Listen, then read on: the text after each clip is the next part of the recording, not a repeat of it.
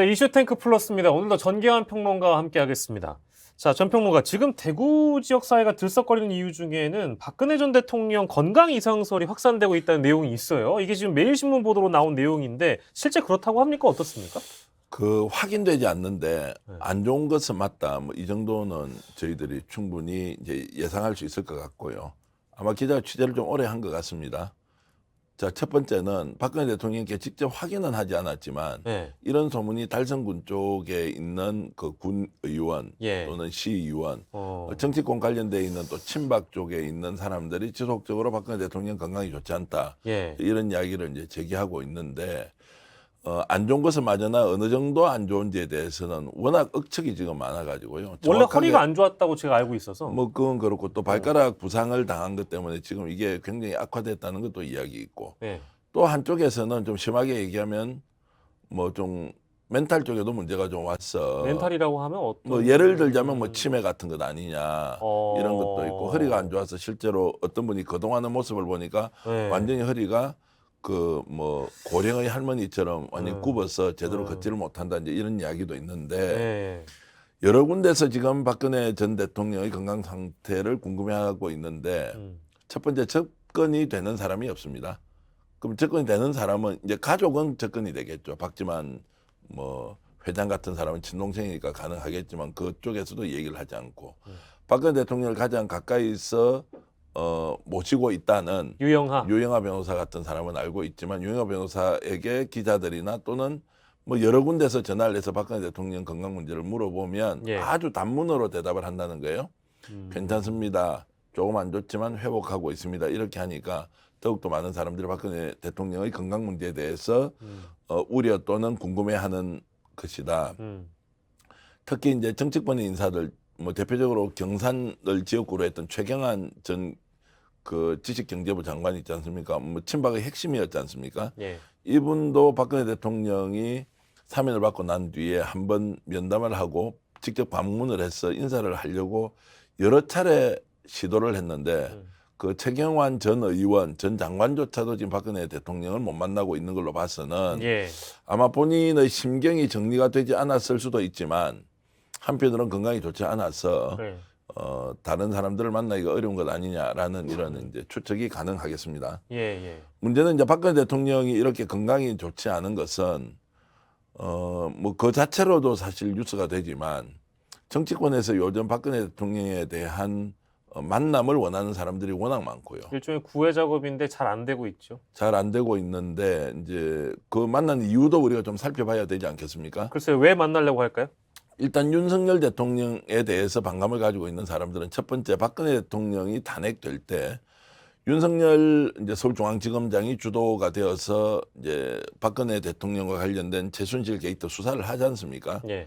이거 자체가 이제 조작날조되었다고 주장하는 그룹들이 있습니다. 변희재 대표가 이제 주로 하고 있는 변희재 주장이에요. 대표를 비롯해서 이제 그 보수 인사들이 상당수가 태블릿 PC가 조작날조되는 바람에 박근혜 대통령이 억울하게 구속된 측면이 있다. 가짜 그 부분만큼은 조작날조가 되었기 때문에 전체적으로 탄핵이 된다 하더라도 이 부분에 대해서는 명확하게 박근혜 대통령이 입장 표명을 해주면 윤석열 지금 대통령이 대통령 되는 과정 이전의 검찰총장에 이르기까지 있었던 검찰의 수사 전체에 대해서 좀 부정하는 발언을 해주면 예. 결국 지금 현재 윤석열 대통령의 정치적 탄핵이나 퇴진의 요구에 힘이 붙을 수 있기 때문에 예. 박근혜 대통령이 윤석열 대통령의 검찰 수사와 그리고 탄핵이 되는 과정에서 본인이 어떤 견해를 갖고 있는지 밝혀달라는 요구가 하나 있습니다. 네. 요게 하나가 있고요.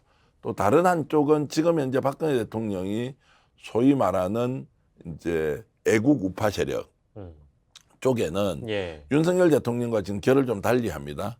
예를 우리 공화당 같은 곳이 네, 있을 네, 수 네, 있고요. 네, 네. 이제 이런 쪽에서는 지금 박근혜 대통령이 어떤 식으로든 정치적 발언을 해서 좀 보수 쪽에서 외면당하고 있는 좀 우파, 애국 우파 진영을 좀 결집시키는 역할을 해주기를 바라고 있는데 여기에 대해서도 전혀 이런저런 발언을 하고 있지 않으니 박근혜 대통령 전 대통령을 좀 만나서 뭔가 정치적인 액션을 취해달라라는 이제 요구가 있고요. 예. 이거는 제가 방송에서 처음 말씀드리는 건데 네. 또 다른 한 축이 있습니다. 또 다른 한 축. 지금 현재 윤석열 대통령의 퇴진 운동을 하고 있는 지금 거리의 투사들이 있습니다. 그러면 민주당 지지자들이나 또는 민주당 지지자들 중에서 민주당원은 아니지만 예.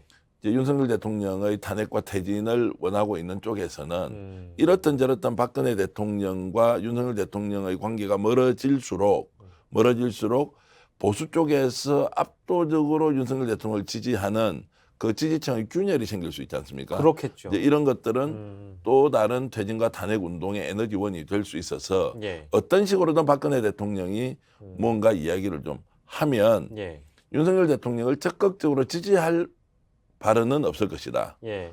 만약 하게 된다면 비판하거나 또는 어떤 사실에 대해서 분명하게 밝히는 이런 상황이 올 것이기 때문에 박근혜 대통령의 정치적 견해에 대한 이제 우리 정치권의 주목도는 점점 높아지고 있다 이렇게 볼 수 있겠습니다. 그러니까 뭐 대통령 시절에도 그랬습니다만 또 후보 시절에도 그랬고 당대표 하던 시절에도 그랬습니다만 박근혜라는 사람이 갖고 있는 어떤 발언의 무게, 그러니까 발언을 굉장히 제한적으로 하는 사람이기 때문에 그 발언의 어떤 정치적 파장이나 여파가 굉장히 크거든요. 그렇기 때문에 지금 상황에서 뭐 건강 이상설도 나오고 실제 뭐 두문불출하고 있는 상황에서 만약에 어떤 발언을 하게 된다면 그게 어느 진영, 어느 세력에게 유리할 것인가, 그거에 대한 판단이 가능할 거고. 그럼 우리가 좀 추론을 해봐야 돼요. 왜냐하면 윤석열 대통령 취임식 때 박근혜 전 대통령이 가지 않았던 건 아니에요. 가긴 갔는데 그 이후에 뭔가 윤석열 대통령 측과 박근혜 전 대통령 측의 어떤 관계가 더 불편해진 거 아니냐 이런 어떤 설들은 있었거든요. 그 설이라기보다는 제가 직접 들었던 얘기도 있으니까요. 이제 박근혜 대통령과 윤석열 대통령이 이제 화해를 해야 한다는 것은 이렇든 저렇든 이제 검찰총장 이전의 상황에서 박 대통령의 탄핵에 검찰의 수사가 이제 뭐 결정적인 역할을 하지 않습니까? 그런데 이제 보수정당 후보의 대통령으로 윤석열 당선이 됐으니까 어떤 식으로든 이걸 풀어야 한다는 이제 뭐 보수 진영 또는 윤석열 대통령 주변 이제 그 측근들의 이제 필요성이 있었고요.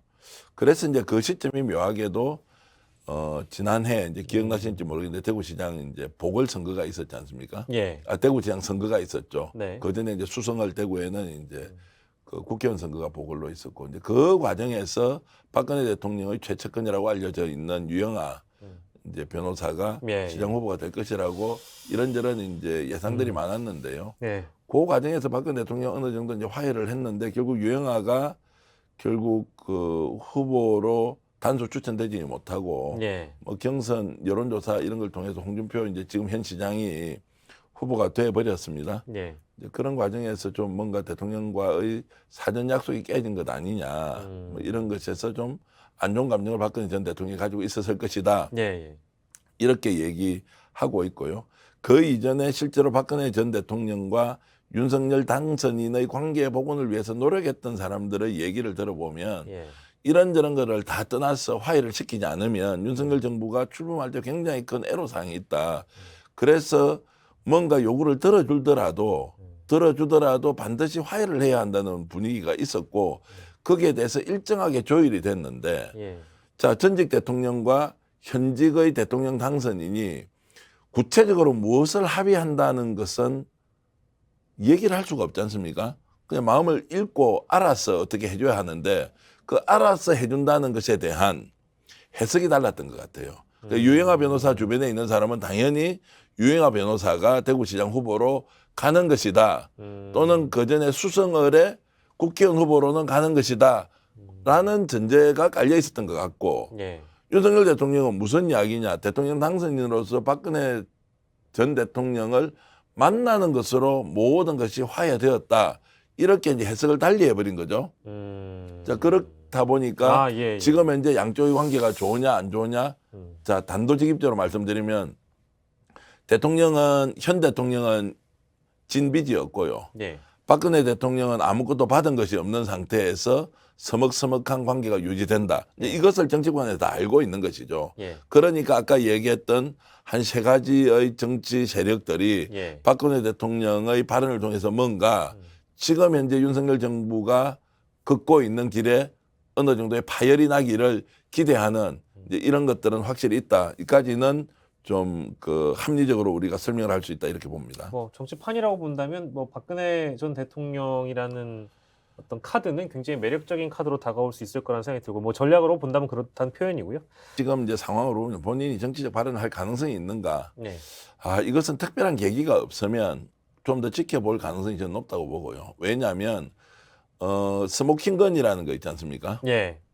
트리거라는 말도 들어보셨죠? 예. 그러니까 처음 시작할 때 방아쇠를 당겨주는 것과 어느 시점에 결정적인 순간에 그 한껏 부푼 풍선을 바늘로 찔러서 터뜨리는 것은 빵! 예. 다르지 않습니까? 그렇죠. 자, 그래서 지금 현재 여러 가지 윤석열 대통령 관련된 불편한 마음이 있다고 하더라도 지금 현재 시점에서 박근혜 대통령이 정치적 발언을 할 가능성은 좀 낮다고 보고요. 다만 이것이 어느 정도 숨어 있다가 응축돼서 터지는 시기가 있을 것이다.